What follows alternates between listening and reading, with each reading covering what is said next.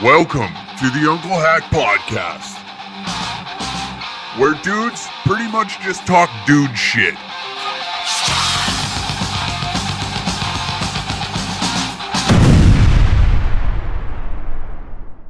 Welcome to episode 84 of the Uncle Hack Podcast. I got a special guest in studio with me, former roast battle champion, Sam Walker, ladies and gentlemen. The live in-studio audience loves you already. Whew. Yeah, it is former champion, but it will always be champion. Just like the president or the world's heavyweight champion, for the rest of your life, you get known as champ. Ooh. But I really want to congratulate you on your magnificent victory and climb to the title. There it is. God damn, man. That 30 pounds of platinum wrapped in gold, and it's around your waist. And I couldn't be happier that you have the title. You really earned it.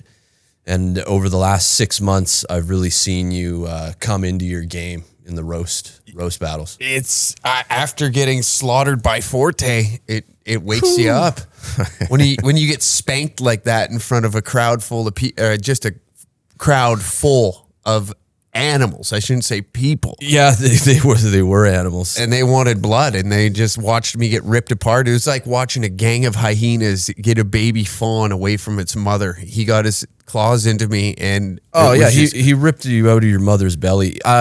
Forte is such a weaselly piece of trash. Yes, that you can't sleep on him for even a second. No. And I know on that particular game day, your rhythm was just off. Yeah, and he really took advantage and took the boots to you. But yeah, as a champion does, is you take that loss and you turn it into a victory. And I know that you'll never get caught flat-footed again. Not like that. No. You know, sometimes the audience goes the other way, and I can't control that, but I'll never show up with weak roasts like I did that evening. Well, and he had like a super combo on you. Like I just recently saw the footage, and it was like 6 shots for your every one, and you just can't. The math don't add up on that one. No. You can't beat it. I'm over there with an unplugged controller, and he's just smashing A on Tekken 4. I'm getting speed bagged. Yeah. What an asshole. Yeah, he doesn't, when he smells blood, he goes for it. But, that's the name of the game now moving forward for you, is you have a gigantic, you are the target across Canada. Yeah. This is the #1 roast title in Canada. Make no mistake about it. All the other roast leagues, the East Coast, the West Coast, or CTV's roast battles. Did you watch any of those? You know what? I couldn't even pirate it. That's how sought after it is. I don't have cable. Yeah, I couldn't find it on any pirate streaming or any torrents or anything like that. Wow, nothing. Like, nobody cares.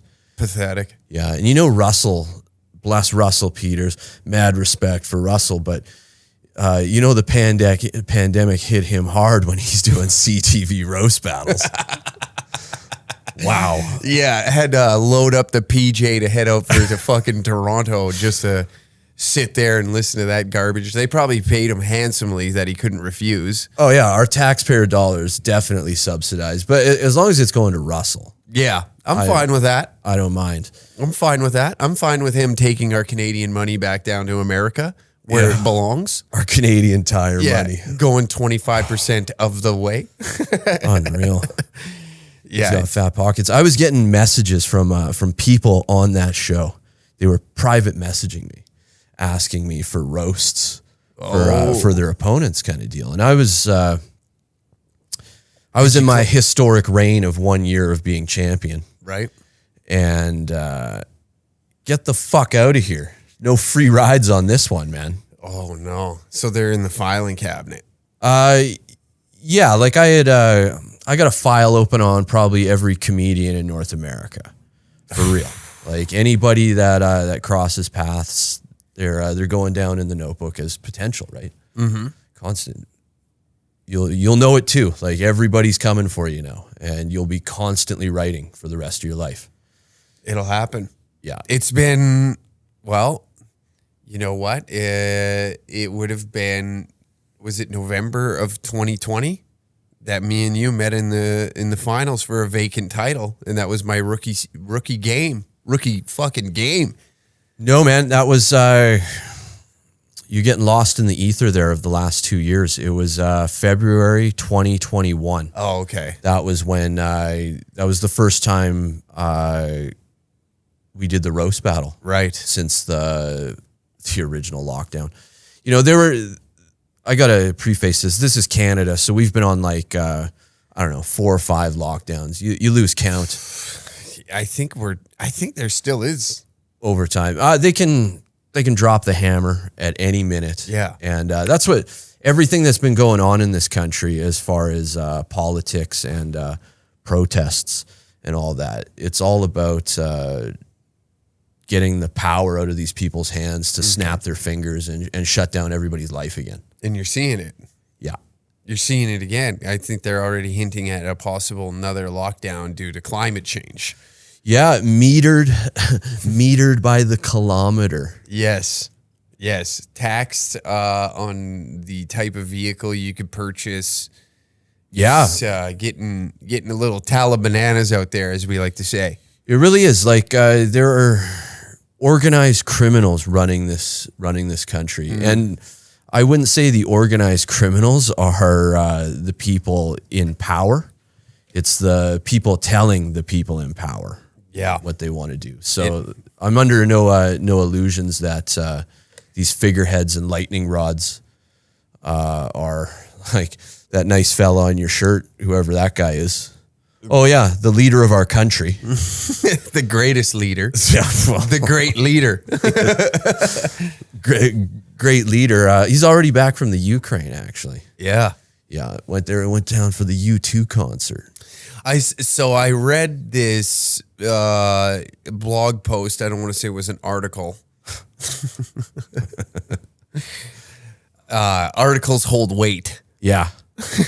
This, however, stated that Big Trudy went over there because Putin, however, hold on, you ready? Putin was going to bomb the shit out of Kiev, right? Oh, so Big Trudy felt it was necessary of him to go over there and stop the bombing by his presence, and seeing as he is a leader of a United Nations country, that would stop Putin from bombing because it would.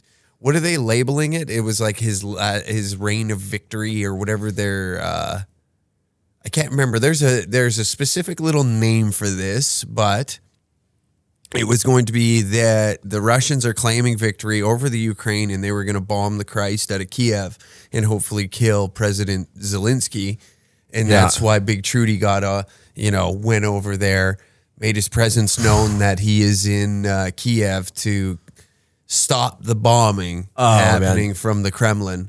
Because if a United Nations leader was bombed, then that would invoke World War III. World War III. World War III started 2 years ago. Yeah. Like, and it's not going to be like this major, conflict like it was in the olden days. No. That stuff doesn't exist anymore. Like guys charging each other's in the trenches. No. And whatnot. What it is it's going to be minor civil wars all over the world. They're just going to, like, the beauty part about Canada is it's so huge and so vast and so rich, and the leaders are so incompetent and so stupid. It is just ripe for the fucking of the world. So, if Putin wants to do anything, guy's fucking former KGB. He wasn't born with a soul. No. Yeah.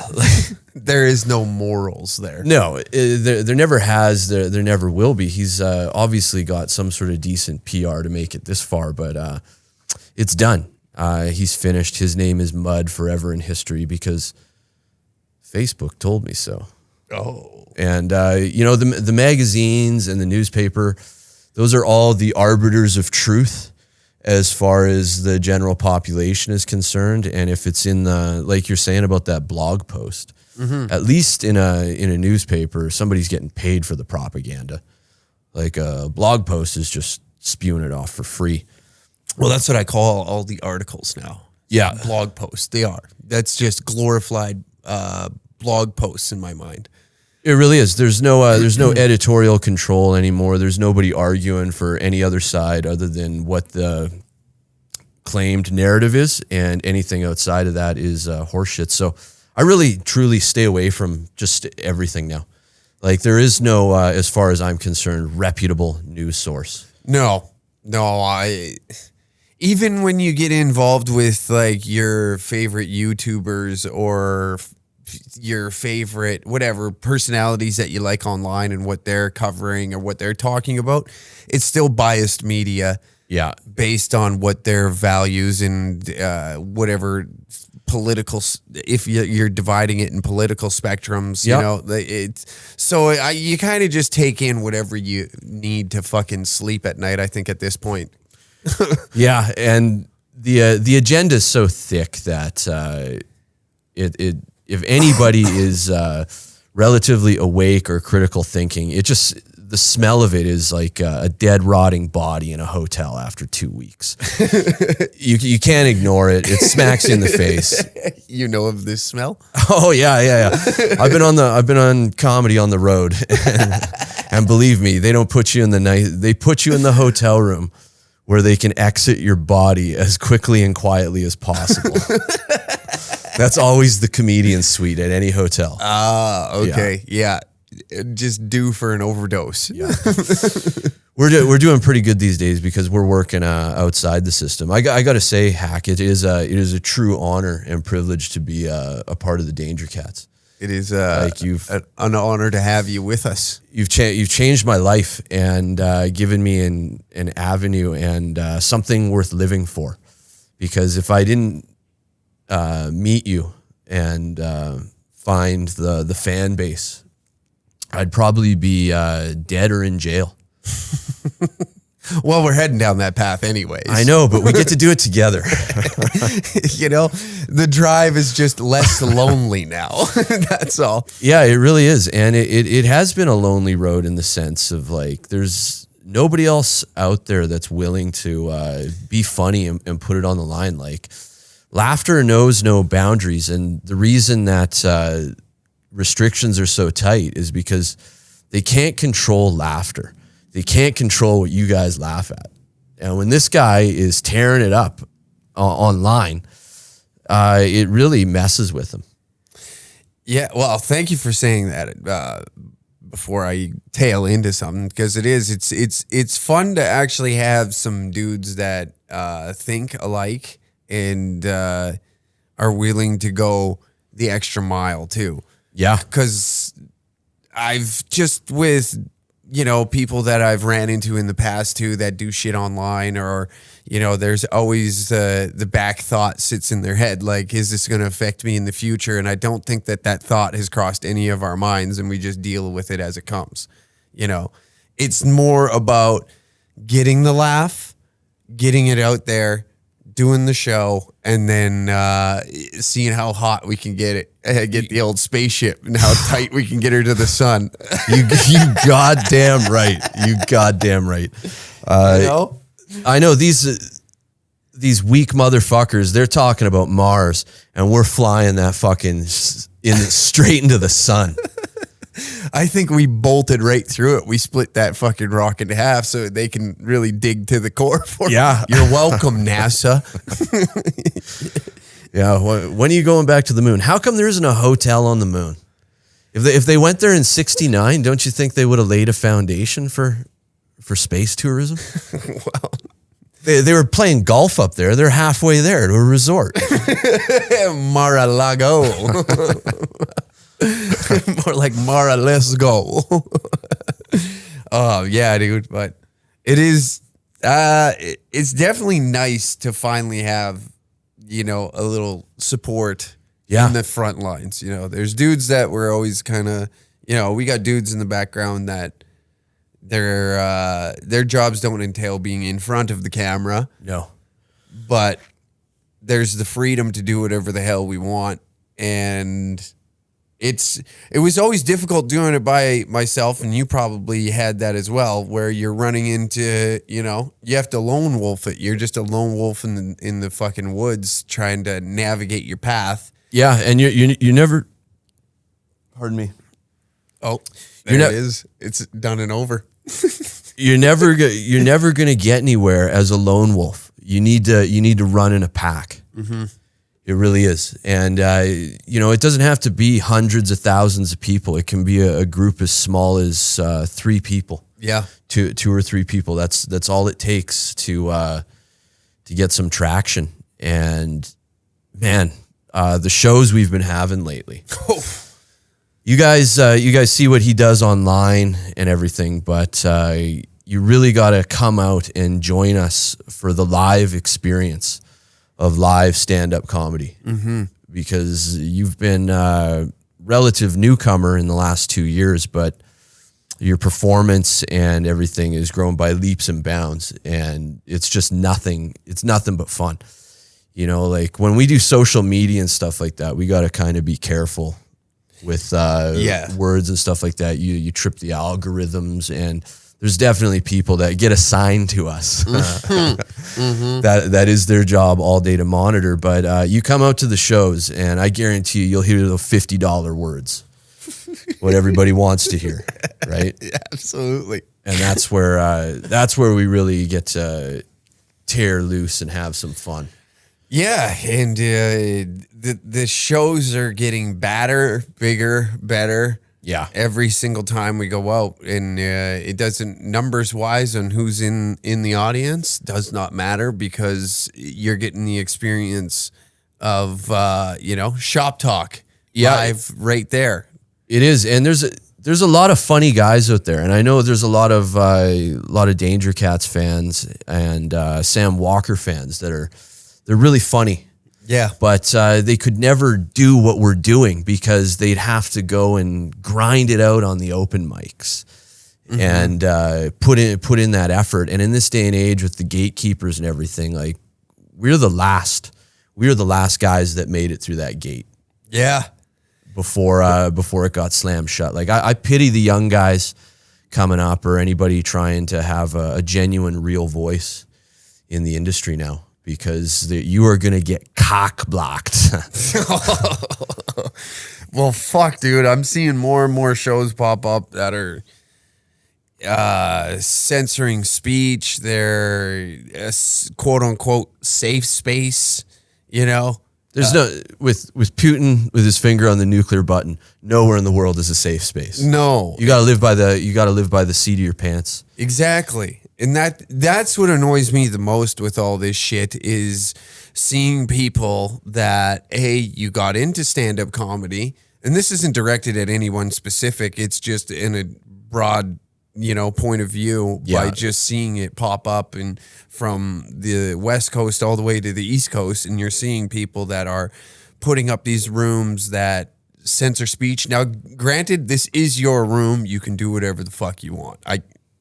Because we do the same thing, but we go the opposite way. And we give you every leeway to be funny as possible. Say whatever you want. This is a mic for you to try everything that you've been terrified to do in front of a live audience that could possibly turn against you, where, the Danger Room opens that door and kind of says, fuck you, dude, to those gatekeepers, which I enjoy that you brought that idea up. Yeah, I gotta give props to Dan Gyrie and Morgan O'Shea. They were 2 Calgary comedians that went out to Toronto, and back in around 2015, when that safe space was really taking over. Yeah, they started a room called the Danger Room at the Corner Comedy Club in Toronto, in answer to all those shows that you're talking about, like that type of censorship. And when they decided to end their run, I carried the lit torch and brought it to Calgary. And with Danger Cats, it was only natural. We needed a safe place for dangerous ideas, and that's what we've done. Is your co-producer on the show that we run out of Calgary? It's about every 3 weeks to a month on usually a Sunday, and it's the Danger Room. Yeah, Danger Cats present the Danger Room at the Comedy Cave, a legendary comedy venue in Calgary, and we've been packing them in, man, and it's been electric seeing, because we're getting to bring in the talent that gets a short shrift on a lot of shows. Mm-hmm. Like we've had a couple of guys, it was their first time ever performing in Calgary, and they've been doing comedy for years. Really? Yeah.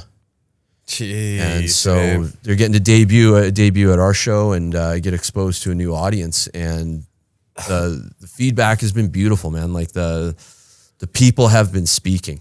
Yeah. And you're seeing it with the crowd, because some people get put back in their chair and it's buckle up, because you don't get to make the judgment call here. No, you and I do, and you and I don't care. So I care about having a good time. Yes, and the only rule in comedy is if the people are laughing and it's funny, then it's all systems go.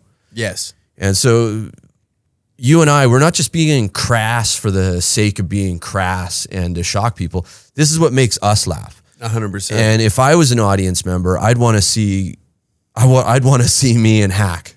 Like, this is you know what? We're kind of like the new Hansons. Yeah. Yeah. Yeah.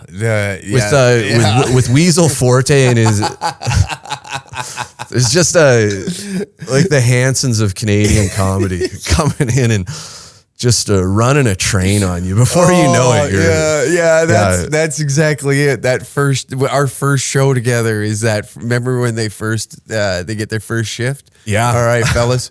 Let's see what you got. And he's fucking, when he jumps over the net and just swings his stick and takes that guy out. Like, they're looking like, what in the fuck is this? Classic. We're referencing a classic movie that if you haven't seen, find it. It's titled Slapshot, starring Paul Newman, amongst many others. Yeah. It's late 70s, based on Canadian hockey culture. Mm-hmm.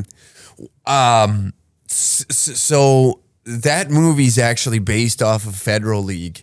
Yeah. Out I believe it was in East Coast, New York. Yeah. And this is where like criminals ended up, and like all these goons that were probably going to go nowhere. Like the World Hockey Association, I think that was right when they were colliding with the NHL. Gretzky was playing in the WHL. Yeah. Right before it became the NHL. Yeah. Yeah. And so like a lot of those characters in that movie are based off real life people. I was telling you this last night. Like the original Ogie Oglethorpe. Yeah, and his whatnot. name was Bill Goldthorpe, and he was a fucking maniac, man. You can look this up online. They based that character off of him, and then like all those guys at the end of the movie, I think some of them were actually the players that held these penalty records in this Iron League out in East New York. Oh yeah, those guys could skate too. It wasn't like it wasn't Mickey Mouse. Yeah, it wasn't Mickey Mouse actors. These guys were playing hard. Well, the three Hanson brothers, there's actually three of them. Yeah, and the one said, "Piss on the movie. I'm going to play pro hockey," and I can't remember where he went. But the two said, "Yeah, we'll do the movie." And then the other one was Dave Carlson. Yeah. And I believe it was Dave Carlson. But the blonde-haired one wrote a book about all this. And it's like, it's so cool to like go back and read what those guys went through with it's film. iconic. And we're talking about this movie, but you're probably not going to be able to really see much of it because it's along the same lines of something like Blazing Saddles. Yeah. You are not allowed to make a movie like this. I was thinking the other day, like, when's the last good comedy movie that I went to? Oh. And do you consider Jackass a comedy movie? No. Or is it a stunt film? It's a stunt film. Like it's funny and hilarious, and I respect the guys. But I'm talking about something like a Tropic Thunder. Oh, okay. Something like that. Oh, you know, dude. where you like went to a movie and actually it was a comedy movie. And you were busting the gut? Yeah, and they don't make them anymore. Like they can't. They put up an effort every few years, but nobody wants to touch that stuff. No. I think the last movie that I've really like rolled laughing at was probably Role Models with Sean William Scott and Paul Rudd. That or Goon. Yeah, Those two. Sean William Scott. Yeah. He's got a type. Yeah. It is. Well, Stifler, man, American Pie. They don't make people like that anymore. No. We are, because we're of a certain age. I got some years on you, but you give me hope for the youth of the world, and especially seeing the young guys coming to the shows. It is nice to know that there are real people out there. It's pretty sick to see an audience that necessarily wouldn't go to a comedy club now come to a comedy club or a comedy club. Yeah. Because, that and, no good fucking acts go outside of major centers. So, and like, I'm not saying we're good. We're great. We're great. And we got the receipts to prove it, man. Like, the people are coming along. Mm-hmm. And that's one thing that you can't fake. You can't fake the genuine laughter. And when we get in a room with that many people and that much alcohol, it's just it's an event. And what you're saying about going to these smaller towns, like there's a lot of guys in this business that just hate everything about comedy. And that's their job. Like these headliners complaining about the piss ass hotels. Oh, the place is so far away. Oh, the crowd wasn't that great. Like that's the business. If you don't love it, then get the fuck out of here. Yeah. Because, and especially going to these small places, which have big crowds. That's the difference. We aren't doing like 40 people bar shows. There's like hundreds of people showing up. Yeah. And it's an event. And if this is what I get to do for the rest of my life, I will consider myself a very fortunate and blessed human being. Hell yeah, dude. Yeah. Well, I've taken such a long time to even attempt it. And for early success like this seems surreal. And to surround myself with two gentlemen already out the gate that I can fit in with, and not only fit in with, but to go out on the road with is... Yeah, it's leaps and bounds. Some people got to go through the ringer for 3, 4, 5 years. I mean, I did lay some tracks down before even getting into stand-up. So did that help? I would assume so. Yeah, but this is the thing, Hacksaw, is you either have it or you don't. Yeah, and you can't, also it. Yeah, you can't learn it. It can't be taught, and it can't be bought. It's just the gift, and you have the gift. And some people, it just doesn't translate to a live stage setting. But you're doing it. Like it's happening. It's history. And I approach every show that we do as the last show that I will ever do. I go on stage and I wake up every day ready to die. Yeah. Like it's that kind of mentality. There's no bubble gummers on this ride. No, not on this one. No. Car's full. Yeah. No piss breaks either.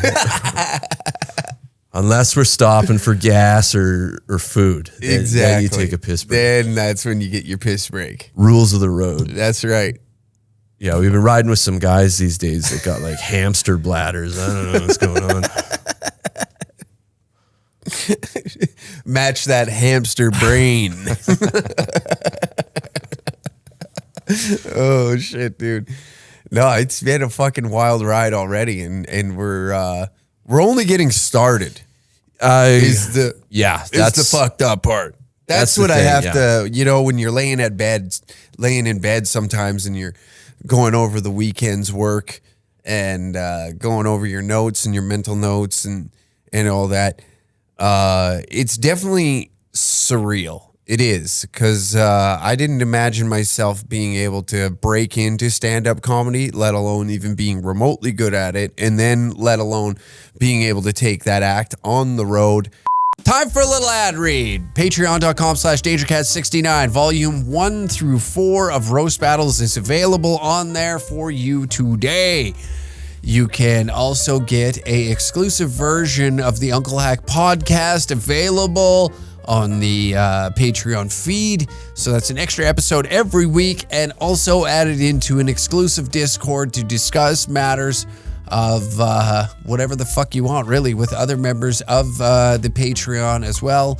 And you get an exclusive chat that only you guys can see, apart from the one that everybody else is involved in. Speaking of, you can join our Discord down in the link description down below, but patreon.com/DangerCat69 for exclusive episodes and early release of all tickets that will be available for our upcoming Canada tour. DangerCatShop.com. Use the code podcast69 to receive 15% off your order today.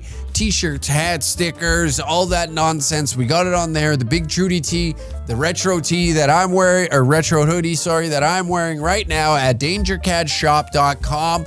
And you can support the brand that way by buying our lovely merch and presenting yourself in public to show that you fuck with the cats and you'd really have a dislike for any powers that be, to be honest. You know, that's what this brand is starting to come around to. We have very dislike for what's happening out there, and you can say it easily by wearing this logo on your chest. So DangerCatShop.com, Patreon, or podcast 69 for a discount of 15% off your order. Anyways, back to the episode.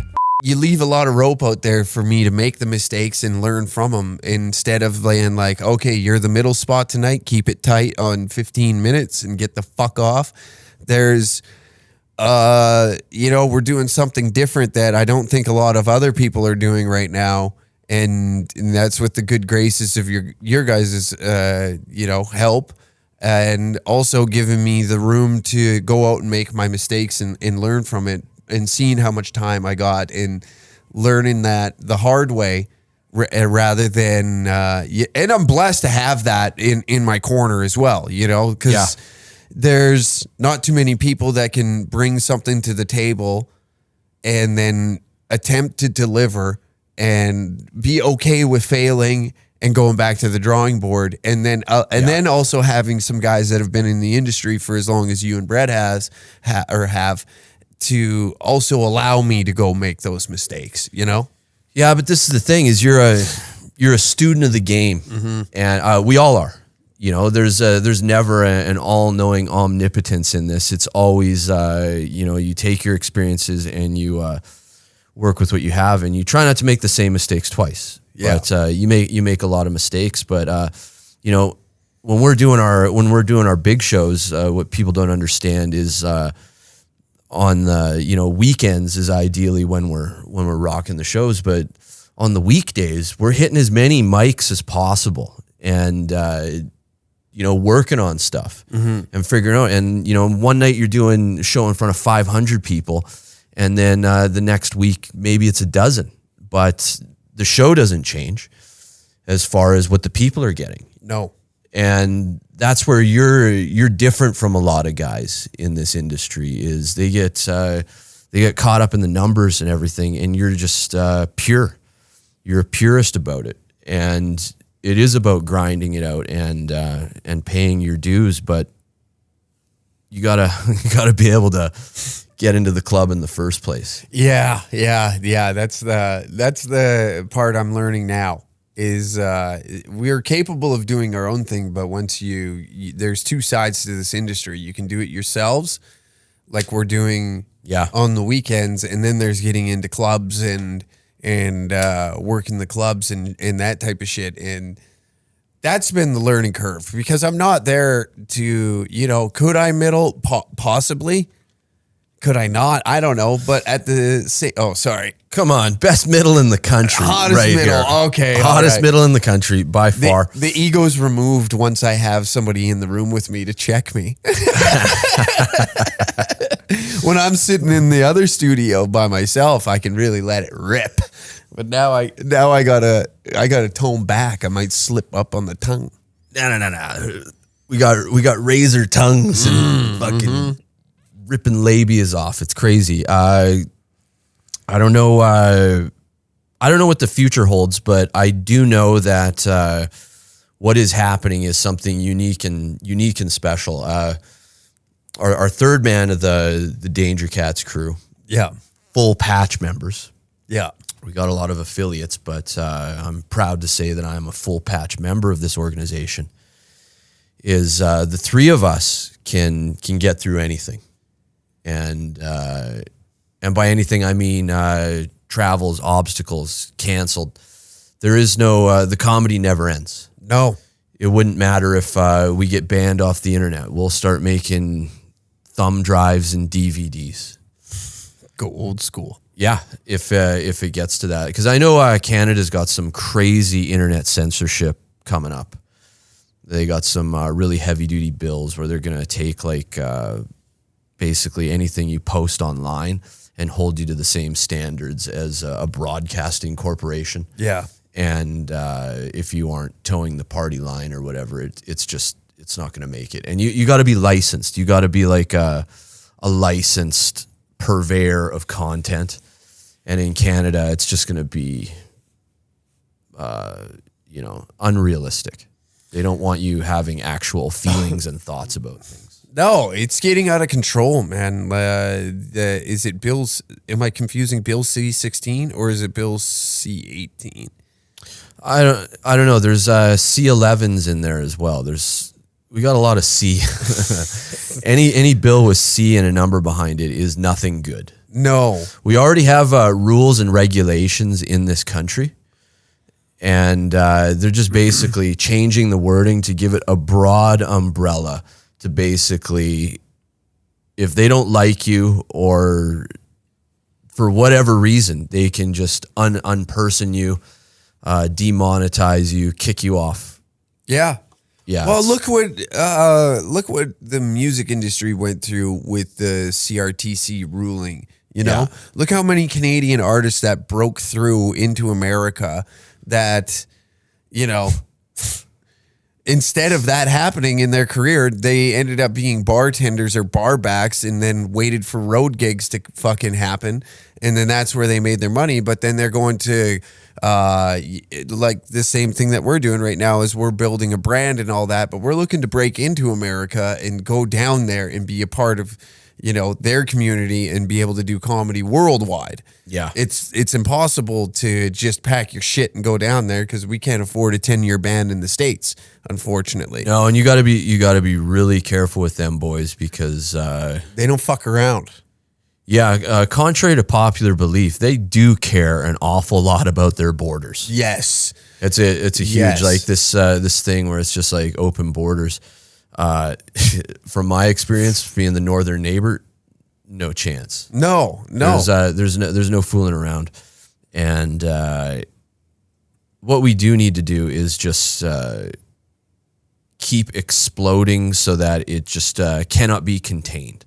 Mm-hmm. And the only way to do that is to just keep moving forward. So it's not like we're not working on it, but there's nothing to be done at this point other than keep killing. Yes, absolutely. And, it's a damn shame if that bill does come into place because you're going to see some of these creators and, content creators, comedians, who's ever putting out their content right now that's deemed even remotely edgy. Yeah. Even just a slightly remotely edgy creator, like it's happening in China right now. They're monitoring their internet constantly, and if you criticize the government, you get docked on a social credit system, and then that removes the ability to get loans, travel in certain locations, even in the country. Not just the country, in certain cities, you're like subject to a little location. Yeah.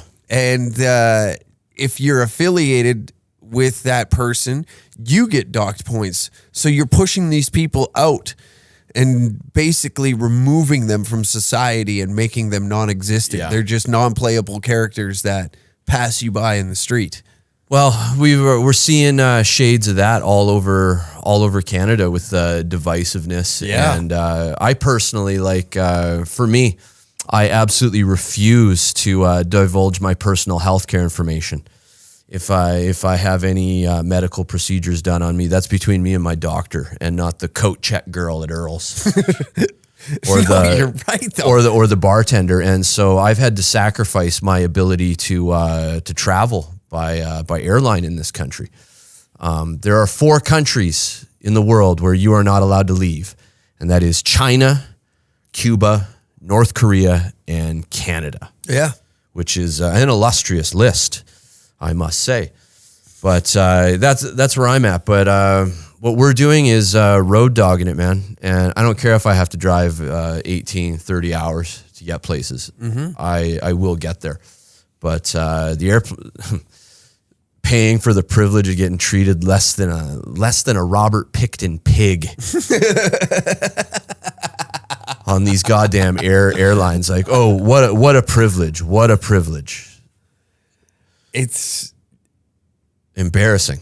Very embarrassing to think that people are just allowing it and they're letting it pass by and using other situations to almost outweigh what's happening here. Yeah. Is annoying, because there's a reason why a bunch of young men back in the day picked up guns and went and fought a bigger evil to ensure that this type of shit doesn't happen. And then as time goes on, we're allowing these small little pieces of freedom to be taken away from you. And before you know, you're sitting there with your fucking hand on your dick wondering what the hell just happened. Yeah, that's what annoys me. It is. It's unfathomable that it's happened this quickly. Like within the last 2 years, we've had more than a decades worth of social change. Yeah. Just thrown at us. Like everybody's head's just spinning. You can't keep up with the rules, even if you wanted to play along and wear the mask above the nose, always have your passport ready. Like it's changing so fast and so furious that you could never keep up with it. Mm-hmm. And that's by design. Like they're trying to fuck with you. And so the best thing to do is just live your life. Yeah. And laughing at them is the last thing they want. It's the jester in the courtyard. Yeah. Yeah. Nobody, when you mock the powers that be, and like we've seen with, who we both know, Jeremy. Yeah. How he was able to mock them at the highest degree. Raging dissident, if you check him out. He's banned off of most everything. But Jeremy Mackenzie, he's a Canadian icon in comedy. Yeah, dude. Hilarious guy. Yeah. He's not a stand-up comedian, but he's a stand-up guy, and he lights up every room he's in. And over the last couple of years, go check his backlog off. You can probably find it on Rumble if it's not on YouTube. But he's constantly making new accounts, and he has a large following. But this guy trolled the government, the Canadian government, to the high heavens. Man, like as big as it gets. Like the Emergency Measures Act was declared over his internet meme country. It's insane. If I had a hat, I would take it off. Dude, it's insane. I couldn't believe it when he initially posted that clip of, I can't remember who said it first. Was that it was a Liberal Party member from, was it the female? Yeah. There was I can't remember her title or her name. Well, it must have been CSIS, or the Royal Canadian Mounted Police, dude, because they're the security apparatus keeping this country safe, and they deemed it an official threat to national security. Jokes on the internet, national security threat, and then would have gave it to the politicians. Yeah. So, and then the politicians spouted off. But I don't know. What was the name of that country that they were? The meme country, Diagolon. Look that up on Google. Fuck with the algorithm. You'll go on a watch list for the rest of your life, but if you're not on a watch list by now, then you ain't living. Exactly. Yeah, that's crazy, man. He drunkenly made up a country on a live stream and said the country is going to start in Alaska and end up down in Florida, and we'll just draw a line diagonally across North America, and whatever states or provinces are in the way, we will then begin this country. Yeah. As diagonal. And the Canadian government were like, the trucks are here. They're going to do it. They're going to annex the Midwest and right down the middle of the United States. Yeah. We can't even get a fair trade on our softwood.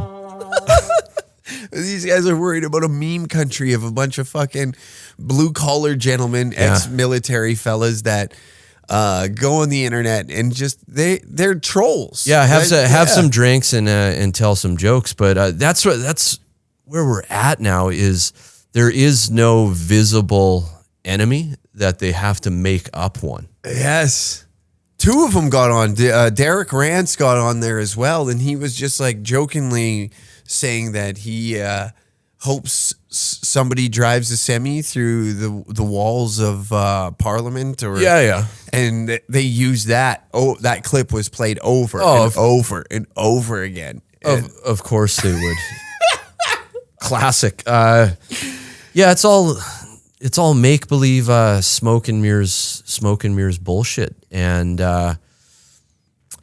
that's going to be interesting as we keep on flying higher into the stratosphere. Because I know for a fact that at our shows, every show we have is at least one undercover Mountie in there. Have you spotted? Keep an eye on. I'm keeping an eye out for them. We gotta make it so that they can just come in for free, because I don't want them having to spend taxpayer dollars on our stuff. So if the undercover Mounties and CSIS could just let us know at the door, we'll let you in for free, treat you right, and you can enjoy the show without having to out yourself. Yes. Just gladly come to Stan Frank and he'll assist you to your seat. I'm keeping a list. Another thing that Danger Cats is doing, kind of trailblazing in Canadian comedy, is we've introduced the locking up of the phone in a special bag during the performance, which the feedback has been amazing. People are really getting on board with it. Like, we don't take your phone from you. It just goes in a bag. You hold on to it. If you need it unlocked at any time, we unlock it for you so you can phone the babysitter or text your girlfriend or whatever. But it's added a new dynamic to the show where people aren't worried about videotaping or getting caught being videotaped, like laughing in the crowd. It's really, the atmosphere is starting to get really electric. Yeah, and you know what you're seeing is, instead of, that lull in a conversation when you're like, oh, okay, I'll just check my phone, because no, you're forced to talk with the people there.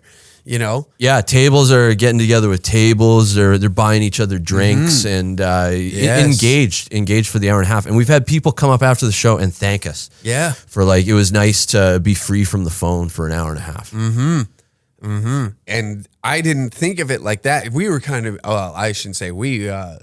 Actually, yes, we were being a little bit selfish in thinking of like, no, we're locking these phones up so that way our shit, like if we're getting a little wild up there, we dictate on what gets put on the internet, not somebody else. And then who would have thought a bigger positive would have came out from it by forcing people to sit there and converse with one another and get over the boogeyman's still gonna fucking kill us, and the awkwardness of trying to introduce yourself to somebody is removed because you don't have a fallback. There's just no plan B. You have to talk to people. Yeah.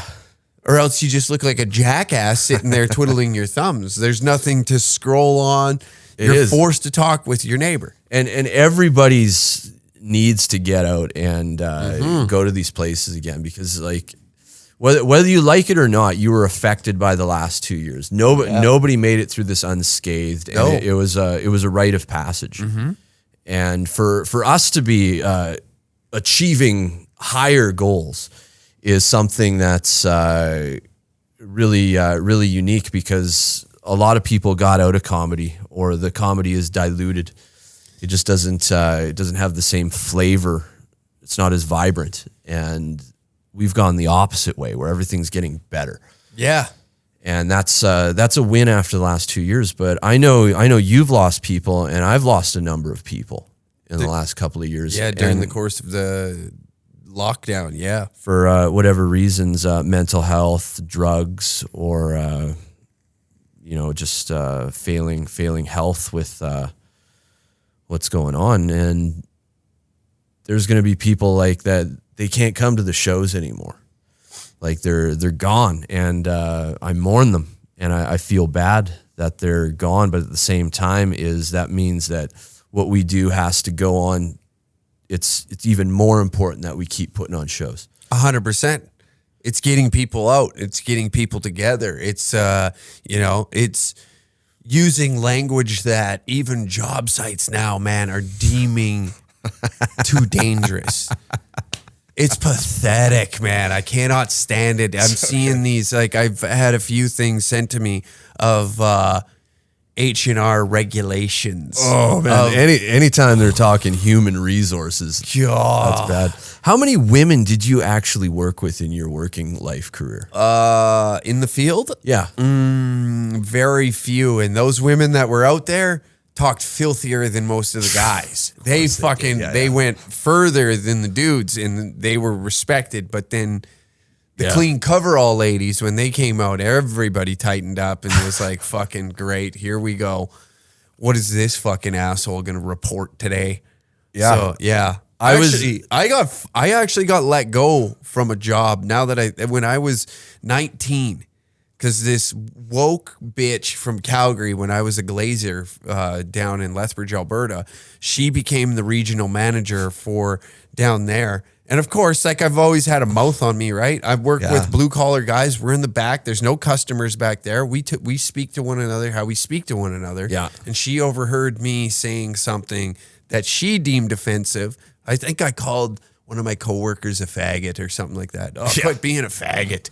Yeah. And he laughed. He, fuck you. And I got pulled into the office, and I got talking to about the language that I was using in the back corner during coffee. She was hidden behind coffee. Yeah. That's off the clock. It's off the clock. And she overheard us talking. And then it wasn't a week later that I was let go. I was laid off due to, not enough work coming in, even though there was a shop full of vehicles. She's like, would you like to work out the rest of the day? You're getting paid either or. I was like, no, I'll grab my, fuck that. No. Why would I kiss my ass? Yeah. And for the record, Uncle Hack's a huge fag. That's his word. Yeah. He's allowed to say it. Exactly. Unreal. But yeah, I know, I'm seeing it more and more. Even oil field guys that are, they're getting handed letters and new rules and new regulations day by day by day, that their speech is being taken away from them. How they police. Yeah, thought police are out Literally there. Thought police. Yeah, and it's not an era of tough men anymore where words didn't hurt them or words don't hurt them. It's now this.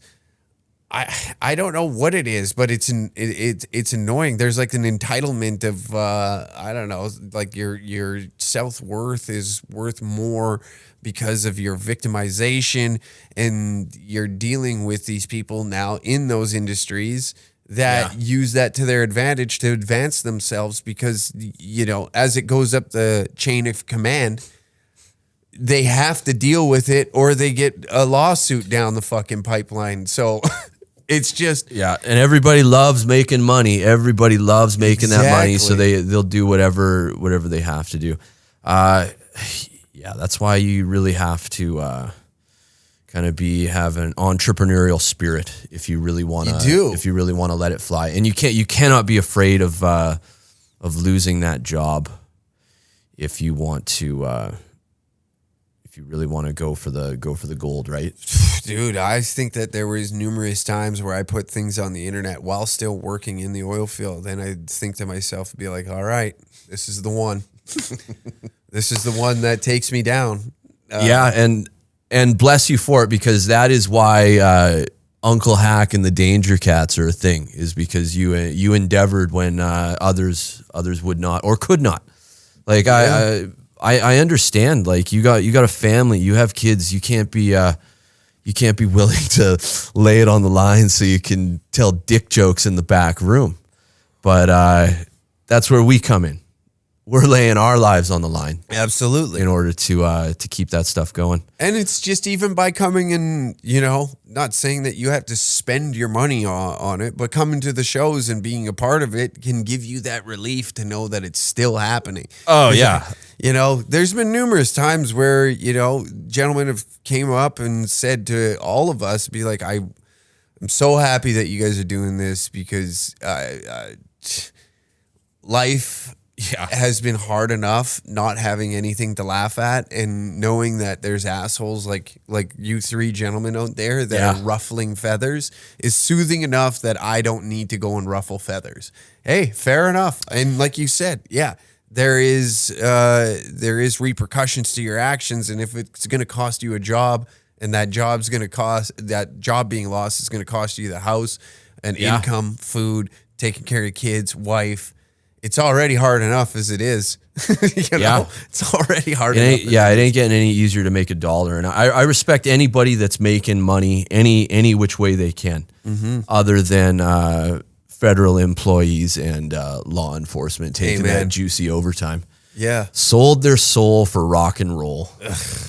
Unbelievable. There's nothing worse. You know what fucking irritates me is when you see these videos of like policemen, and they'll get on a skateboard and do playing some basketball. Like doing that type of shit. It's like, especially like skateboarding, because the culture of skateboarding that I grew up with wasn't so commercialized as what it is today. Yeah. So it was like a lot of punk rock, rebellion, heavy metal, gangster rap. It was a lot of fuck you attitude. Yeah. So when there was a dislike for law enforcement because they were constantly kicking you out of skate spots. Yeah. So seeing that now, it just like I get it. Fuck, you could have skateboarded in your youth and you just liked it and you grew up to be a police officer. But at the same time, just seeing that image boils me to my fucking core, man. It is, and these guys out in Ottawa, especially, are, I'm just doing my job. I'm just doing my job, and that doesn't make it right, boss. No, man. Like you witnessed something that we won't see for a very long time in this country. I don't think that you will see a united group of citizens do that again. First off, I think the government now knows your playbook, you know? And you saw it with a couple of weekends ago with the Rolling Thunder and everything. They think that, like, the locals in Ottawa think that they've gained rights by giving the government the power to just, like, the War Measures Act, as it was originally known, was, like, enacted for World War I, World War II, the FLQ crisis in the 70s, where they were, you know, it was also shady stuff was going on. Like it's like honey traps and like goading somebody into killing cabinet members and stuff like that. Horrible stuff. But for the War Measures Act in its new entity to be enacted for the protest means that there's a war going on.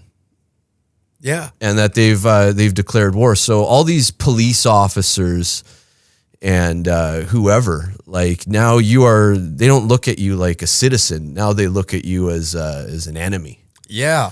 And that's where I don't get off, right? With remember when they arrested that kid playing hockey at the rink? Yeah. And he took on the two female cops, and they still couldn't drag him down. They had to get in threatening to taser him. Yeah. And it's like, you're gonna have to live with that living online for the rest of your life. Like, how embarrassing. Like, that's not your job. I guarantee you that lady that's in that footage didn't get into being a police to have that footage blasted across the universe forever. Dude, I did a fake press conference saying that I was like the chief respondent of whatever, the Calgary something, whatever, and pretended to be the media correspondent and said that we're sending those two women to a high school wrestling team so they can properly take down a teenager. And a bunch of old people thought it was a real, of course they did. Yeah. It's on the news.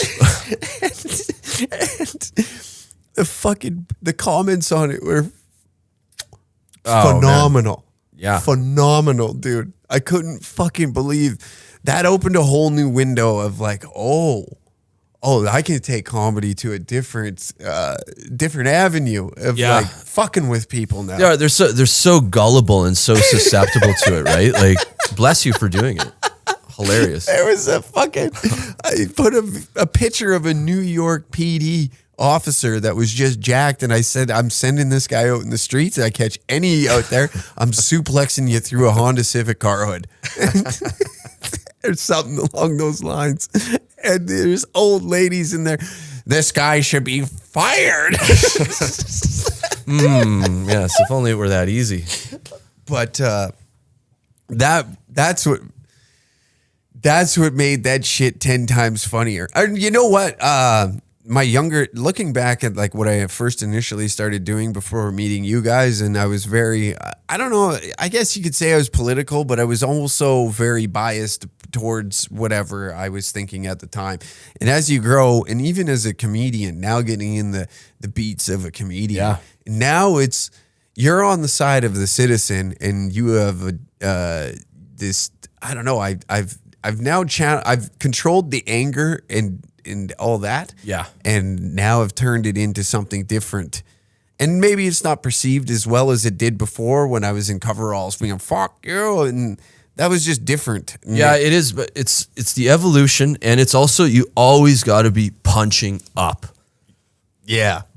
Always going for the guys above you. Like, we don't make fun of things that you can't help, or where you're at, or like so-called lower class, because everybody is two really bad mistakes from being homeless. Yeah, at all times. Like, I don't care who you are. It's precarious out there.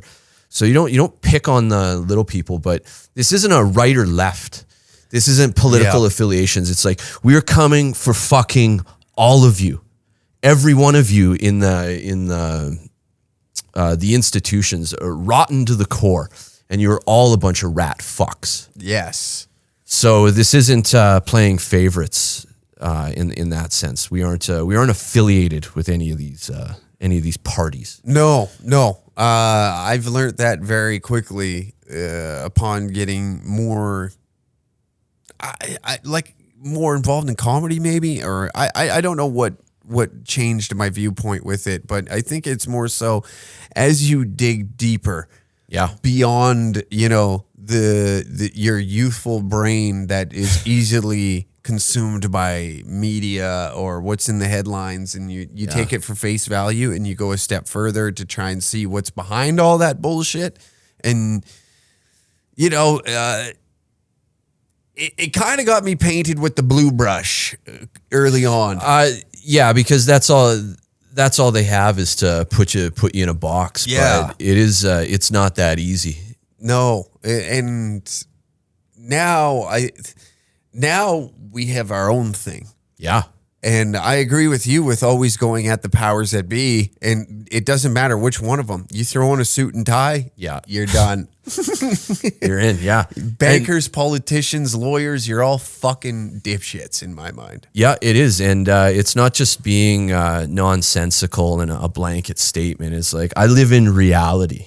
I live in the real world. I don't live in a fucking metaverse or on an internet ghetto on the social medias. Like, I interact with real people, and that's not reality. Yeah. And they're every day they're trying to make it more and more. They're lying liars. That's one thing you can take to the bank. They're lying liars. And as soon as you can reconcile that fact, life gets a lot easier. Like the stress just isn't there because you just know it's all a load of bullshit. And these people are just playing roles. Yeah. That's the other thing is They're LARPing. yeah, It's fucking live action LARPing. live action role playing, and they're not good actors. No, they're Terrible. Awful, dude. Awful. And nothing poked more holes in their bedsheet than this pandemic that went down. Is you were able to. We then were removed from all sources of entertainment, and once Tiger King season 1 ran out, you all of a sudden pointed all eyeballs shifted to all these news networks, and you're looking deeper in Fear porn too. Yeah. And people love to be scared, and they love to have somebody to blame and a boogeyman. And it's like, who the boogeyman is? Look in the mirror. If your life is shit, it's because of you. It's not because of other people. no.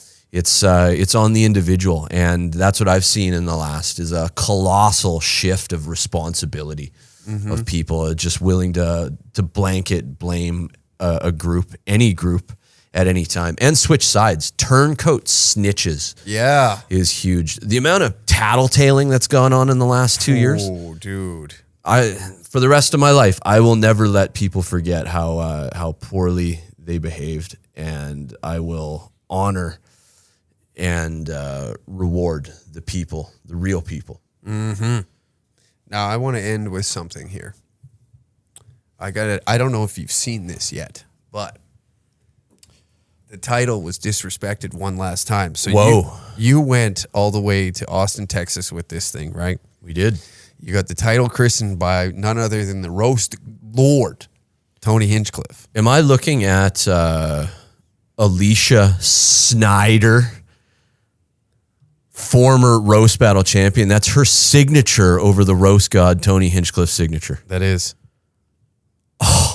What a despicable slag of a human being. Who does that?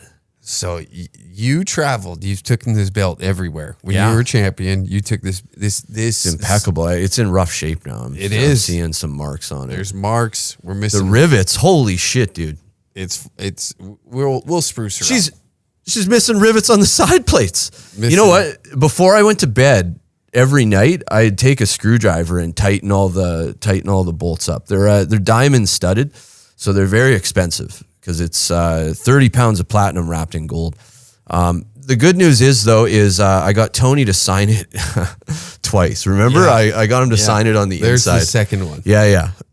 Thank goodness, because and he he kind of gave me shit for that. He's like, "You want me to sign it on the inside?" Oh.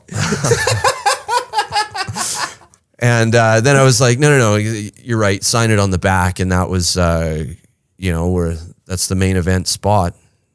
And now it's been vandalized. Wow, Alicia, you're going to have to live the rest of your life knowing that you were the most repugnant roast battle champion in history. And this time it's not a good thing. No, this But- might be. Hack Daddy, I'm so proud that you are now the champion, man. There's no one more deserving of carrying that title. That's where she belonged for. Yeah. You know what? It was a battle. It was a wheelbarrow full of cement going uphill.